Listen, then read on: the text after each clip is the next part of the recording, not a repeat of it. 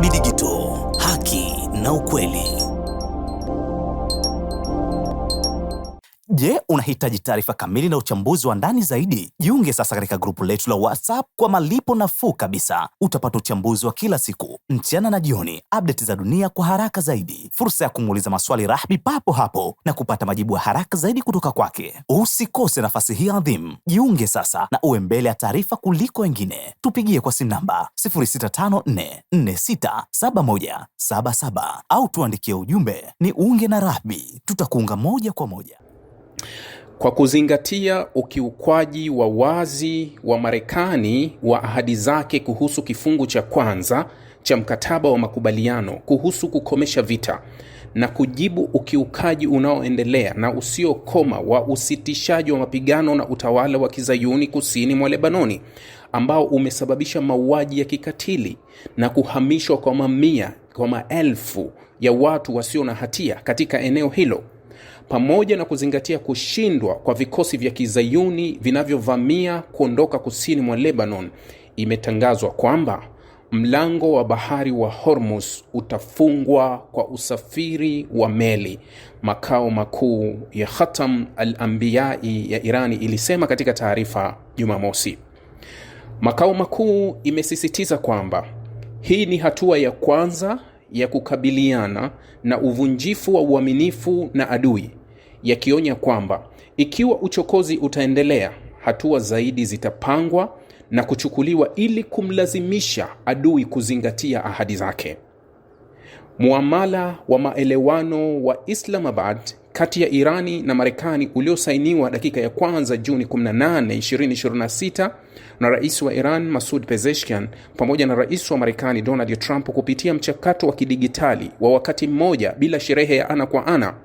Maafisa wa Irani walielezea hati hiyo kama mfumo wa kisiasa ulioundwa kukomesha vita vya uchokozi vilivyowekwa kati ya Marekani na Israeli dhidi ya Jamhuri ya Kiislamu ya Irani na kuunda njia kuelekea makubaliano ya mwisho kamili.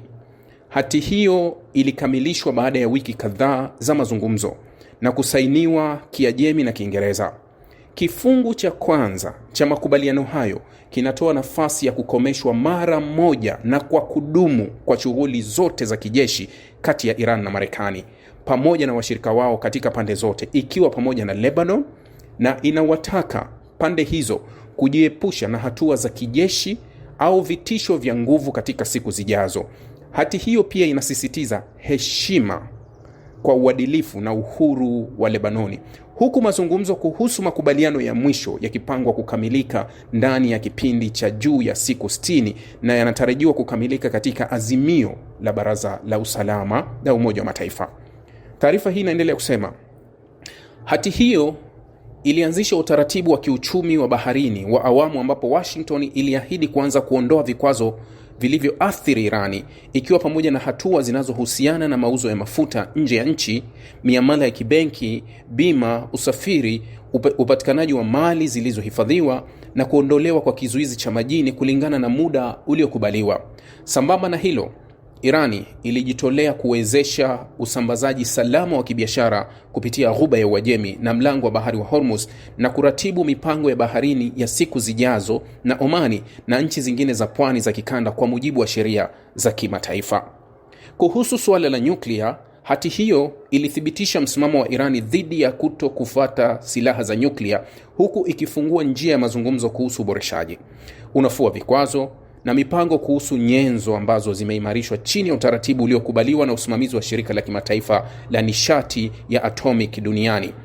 Ikisubiri makubaliano ya mwisho, Irani inapaswa kudumisha hali ya sasa ya mpango wake wa nyuklia, huku Marekani ikijiepusha kuweka vikwazo vipya au kupeleka vikosi vya ziada vya kijeshi katika eneo hilo.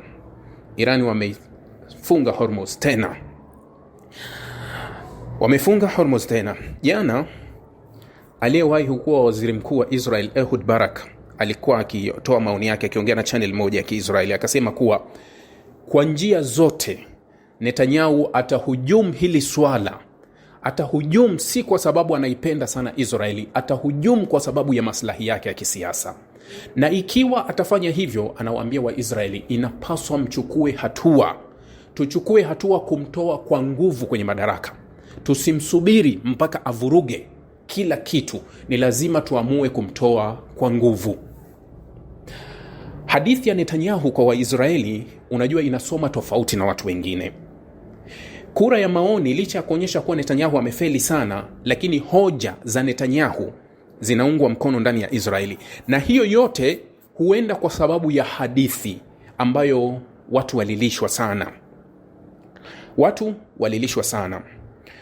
Wakati wa 12 Days War kulikuwa kuna malumbano makali sana ndani ya Israeli kuhusu uwezo wao wa kujilinda, katika kipindi ambacho wao waliaminishwa kuwa wao ulinzi wao ni wa hali ya juu sana na hauwezi kufikika. Matokeo yake waliathirika vibaya sana na mashambulizi, wakaleta ugomvi mkubwa sana na serikali ya Netanyahu kujaribu kuwaaminisha kuwa wao walikuwa wana ulinzi ambao haufikiki. Sasa ikaja ikaonekana ni tofauti. Unajua, ukilitazama hili swala linavyokwenda kutokea Irani kufunga hili, kabla ya hili kufunga, tayari Irani wanapomshutumu Marekani, wao umeshindwa, kwa sababu mkataba katika kifungu cha kwanza ndio kimezungumza hiyo usitishaji kamili with Lebanon, yani sambamba, including sambamba na Lebanon. Sasa kama inaonekana kuwa umeshindwa kutimiza wajibu wako kwa upande mmoja, ndio maana Abbas Araghchi alivyozungumza na vyombo vya habari siku moja baada ya makubaliano kusainiwa, alisema hivi kuwa tumegawa makubaliano kwa pande mbili. Upande mmoja ni Irani na Hezbollah, upande wa pili ni Israeli na Marekani, au ni Marekani na Israeli. Kwa hiyo kila mmoja na mkubwa wake na mdogo wake, kila mmoja afanye. Sasa Irani anachomsuta Marekani na Donald Trump kuwa nyinyi hamuaminiki na hamwezi kutimiza ahadi zenu, kwa sababu sisi tuliahidi. Kwa sababu katika kuahidi hii Irani leo walitoa taarifa moja, akasema hivi: katika taarifa iliyotolewa Ijumaa baada ya kusainiwa MOU ya Islamabad na kufuatia maagizo yaliyotolewa na mamlaka husika, PGSA ilitangaza taratibu za uendeshaji kwa waombaji wanaoomba kupita mlango wa bahari wa Hormuz katika muda ulioainishwa katika makubaliano. Kulingana na taarifa hiyo, meli zilizowasilisha maombi ya usafiri kwa mujibu wa mahitaji yaliyotangazwa zitapewa njia haraka na kupita. Mamlaka ya Irani ilisisitiza njia pekee rasmi ya kushughulikia maombi ya usafiri ni tovuti ya anwani ya barua pepe ya PGSA iliyotambuliwa kama pgsa.ir.na. Iliwaagiza zaidi ya waombaji kutoa njia halali zinazopatikana kwa urahisi za mawasiliano kwa ajili ya kuwasiliana na meli katika maombi yaliyowasilishwa. Ili kuzuia ucheleweshaji katika mlango kuingia na kutoka kwenye mlango wa bahari wa Hormuz, mamlaka ilisema maombi ya usafiri lazima yawasilishwe angalau saa 48 kabla ya kufika eneo lililotengwa la mlango wa bahari wa Hormuz. Lazima ajumuishe taarifa zote zinazohitajika.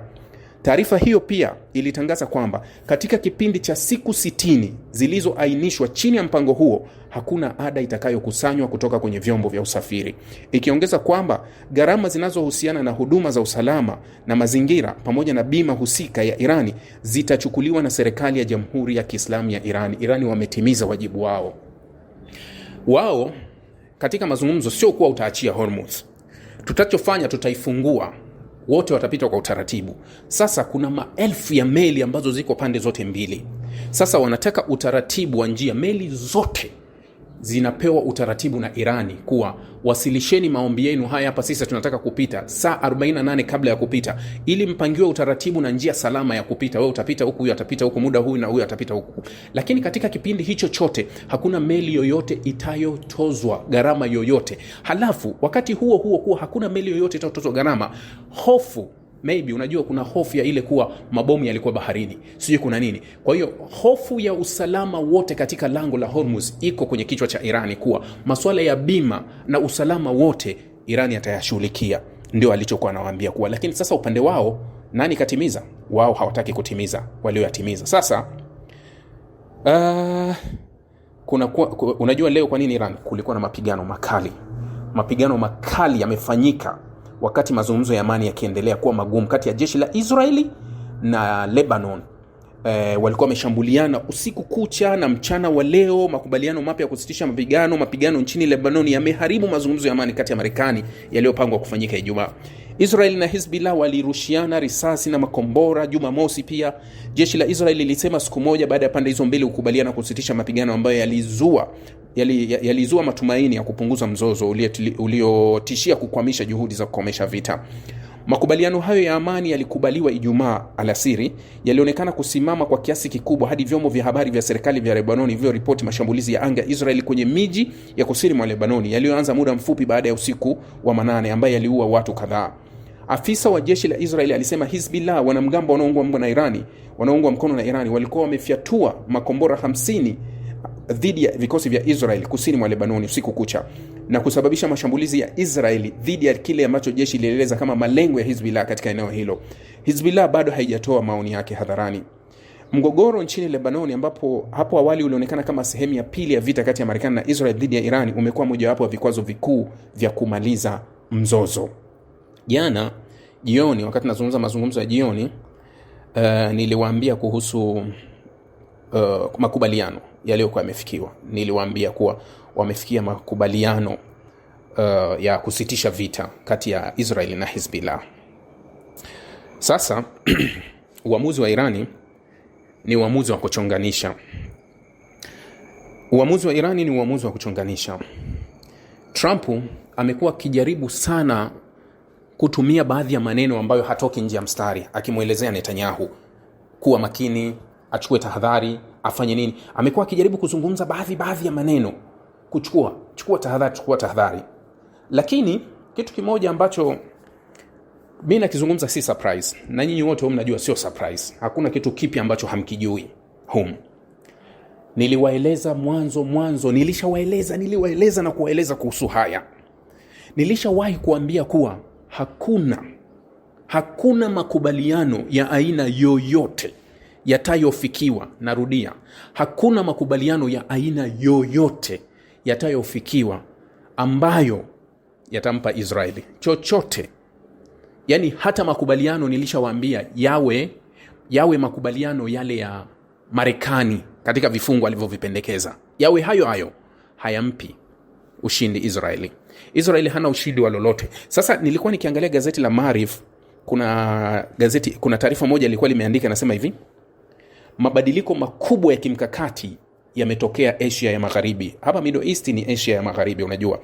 Gazeti hilo likisema kwamba Israeli imepoteza uwezo wake wa kuunda mienendo ya kikanda kwa niaba ya Irani, huku pia ikionya kuhusu kupanda kwa kasi kwa Lebanoni, huku kukiwa na kushindwa kwa malengo ya waziri mkuu wa Israeli Benjamin Netanyahu wakati wa vita. Elewa, kuunda miundo ya kikanda. Miundo ya kikanda ni ile ambayo Israeli alikuwa anajaribu kuunda na Waarabu, yani wanakuwa washirika wake. UAE njoo kwangu, Bahrain njoo kwangu. So hiyo inaitwa miundo ya kikanda ambayo amefeli. Huku pia ikionya kuhusu kupanda kwa kasi kwa Lebanoni, yani hadhi ya Lebanoni inapanda kutoka kuonekana kama ni nchi ya isiyo na lolote, hadhi yake imepanda.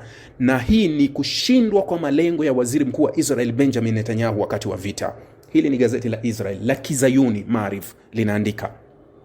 Kulingana na Maarif, wiki hii inaashiria hatua muhimu katika usawa wa nguvu wa kikanda, ikisema kwamba Israeli ambayo hapo awali ilizingatiwa kama ilikuwa ni nguvu kubwa ya kikanda, imeona ushawishi wake juu ya Asia Magharibi ukipungua kwa kiasi kikubwa, huku maendeleo yanayoibuka yakibadilisha mpangilio wa kimkakati. Mnakumbuka nguvu ya Irani ilivyopotea baada ya kuipoteza Syria? Niliwaambia Irani alipoteza zaidi ya 30% ya kile alichokuwa na kimiliki, kwa sababu alikuwa ana mstari wake. Ile ukanda ule ulikuwa ni mstari wa ukanda, kwa hiyo alikuwa na ushawishi mkubwa. Yani Irani alikuwa na uwezo kutoka Irani anaingia Iraq, anaingia Syria, anaenda Lebanoni bila kugusa nchi. Yani hizi zote ni kwake, kama yuko nyumbani anatembea. Alivyoipoteza Syria, niliwaambia akapoteza 30% ya kile ambacho alikuwa na kimiliki, alipoteza. Sasa hii ripoti inaendelea kusema kwamba mkataba wa uelewano uliosainiwa hivi karibuni kati ya Iran na Marekani umeinua Irani na kuwa kama moja ya nguvu zenye ushawishi mkubwa zaidi wa kikanda Asia ya Magharibi. Ikiongeza kwamba Netanyahu hapo awali alikuwa akimshawishi Rais Donald Trump kwamba mabadiliko ya utawala nchini Irani yangeweza kufikiwa, lakini kushindwa kufikia lengo hili kumedhoofisha matokeo mapana yanayohusiana na vita na kudhoofisha msimamo wa kimkakati wa Israeli. Yaani leo Netanyahu akilala anachokiwaza, yani hiki alichonacho Irani ndio ilikuwa ndoto yake awe nacho, kwa sababu malengo ambayo walikuwa wameenda nayo, tunakwenda kumdhoofisha Irani. Wakati anadhoofika Irani, basi Israeli angeibuka kuwa superpower. Sasa kama inakuja kinyume chake, maana yake kuwa anayeibuka superpower ni yule aliyekuwa kinyume, yani aliyekuwa chini anakwenda juu. Yani hii ni nyuma geuka, wa mbele anakuwa wa kwanza anakuwa, yani vile vile aliyekuwa wa mbele anakuwa wa mwisho. Shinikizo la baharini pamoja na misukosuko ya kikanda. Katika tathmini yake ya mienendo ya kijeshi, Maariv inaangazia uwezo wa Irani wa kudhibiti mlango wa bahari Hormuz, ikisema kwamba hata uwezo mkubwa wa kijeshi wa Marekani haujahakikisha udhibiti kamili wa njia ya maji. Gazeti la Maariv linazungumza hilo kuwa, yani jinsi Irani walivyoshikilia mfereji wa Hormuz ambao unafanya maamuzi makubwa kuhusu dunia, hata jeshi la Marekani halikuwa na uwezo wa kuhakikisha kuudhibiti njia ya maji, yani hawawezi kuidhibiti njia ya maji, na Irani anabaki kuwa vile vile. Katika upande wa kaskazini, gazeti hilo linaonyesha kwamba Netanyahu anaweza kutafuta kutumia mvutano nchini Lebanoni ili kuvuruga mazungumzo ya kidiplomasia yanayoendelea. Gazeti hilo likidokeza kwamba njia kama hiyo inaweza kusababisha hasara kubwa kwa jeshi la Israeli na kupungua kwa usalama kwa makazi ya kaskazini, na hivyo kuisukuma Marekani kulazimisha uondoaji wa Israeli kutoka Lebanoni bila dhamana ya kisiasa na usalama. Yani hao wachambuzi wanaona hilo kuwa kadri Netanyahu anavyojifanya kuendelea kubaki huku, tunaweza tukapoteza zaidi. Si hiki tulichonacho kidogo, tunaweza tukapoteza zaidi, kwa sababu tutapata hasara kubwa, kwa sababu amekuwa kipofu kwa sababu ya maslahi ya kisiasa. Matokeo yake anaingiza wanajeshi kwenda kupigana vita, na wale upande wa pili wamepata moyo wa kupigana baada ya haya kuonekana yamewaelemea kwao, wanapigana kwa juhudi, huku anazidi kupata hasara. Ripoti hiyo inahitimisha kwa tathmini ya kukata tamaa ya ushiriki wa Marekani katika siku zijazo, ikidokeza kwamba kufuatia maendeleo ya hivi karibuni, tawala za baadaye za Marekani zinaweza kusita kushiriki kijeshi dhidi ya Irani, na kwamba Israeli imeachwa peke yake. Hakuna rais mwingine atakuja kuwa mjinga wa Marekani afanye alichofanya Donald Trump, kuja kujiingiza kwenye vita kama hii ya Irani. Hayupo. Kwa hiyo anaona kuwa hili Israeli ameachwa peke yake. Kura ya maoni inaonyesha 71% ya Waisraeli hawaridhishwi na Netanyahu. Kura mpya ya maoni ya televisheni ya Israeli imefichua wasiwasi mkubwa miongoni mwa walowezi wa Israeli kuhusu jinsi Netanyahu anavyoshughulikia uhusiano wa Marekani wakati wa mazungumzo na Irani. Walipoulizwa kama mwenendo wa Netanyahu ulinufaisha au uliweza kuidhuru maslahi ya Israeli katika makubaliano na Marekani na Irani, 52% walisema ulisababisha madhara. Ni 24% tu walioamini kwamba vitendo vyake vilinufaisha maslahi ya Israeli, huku wengine 24% wakiwa hawana uhakika na majibu yao. Matokeo pia yanaonyesha kwamba wengi wa waliohojiwa wanaona mwelekeo wa sasa wa kidiplomasia kama kikwazo kwa malengo ya kimkakati ya serikali ya uvamizi, hasa kuhusu mpango wa nyuklia wa Irani na ushawishi mpana wa kikanda. Kura ya maoni pia ilipinga simulizi rasmi kuhusu matokeo ya vita dhidi ya Irani.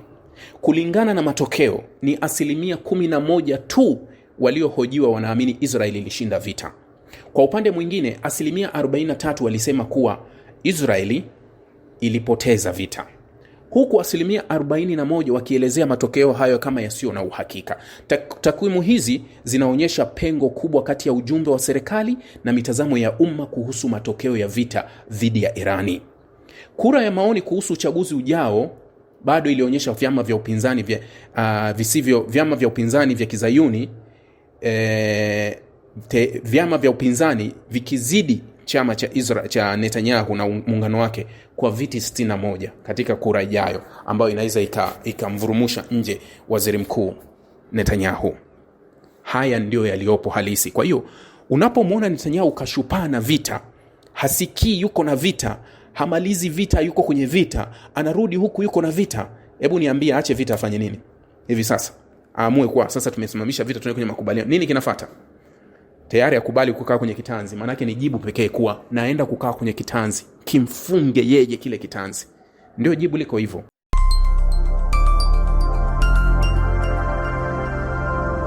Rahby Digital, haki na ukweli.